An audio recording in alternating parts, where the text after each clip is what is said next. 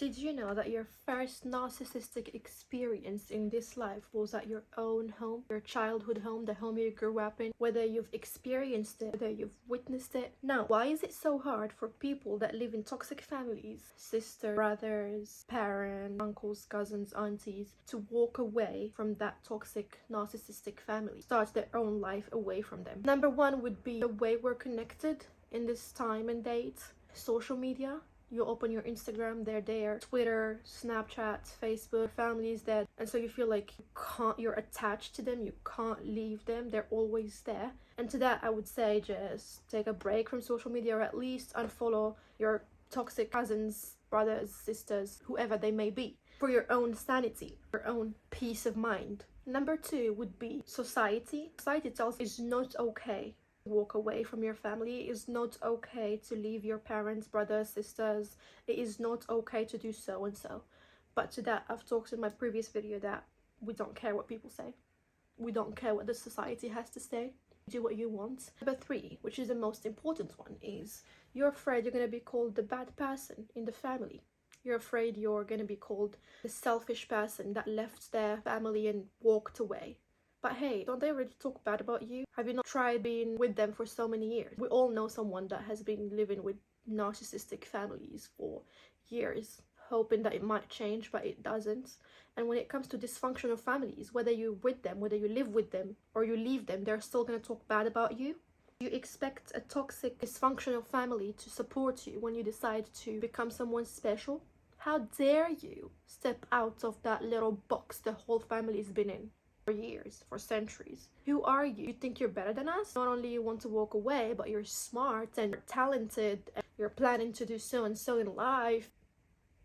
You're a threat to them. You're a failure to the toxic family. For years, they've been abusing you, abusing others, abusing themselves, gossiping, cheating, stealing, whatever it might be, they do.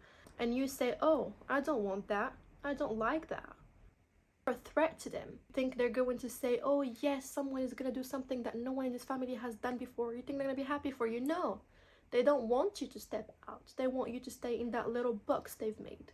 If you feel that you are in a very narcissistic environment, if it's coming from your parents, your sisters, your brothers, your uncles, your cousins, just walk away. It is a hard decision. You just have to take the decision, because if you don't, you're just going to be stuck with them forever. Like I said, whether you're with them or away from them, you're just going to continue to do more of the same. What matters is your mental health.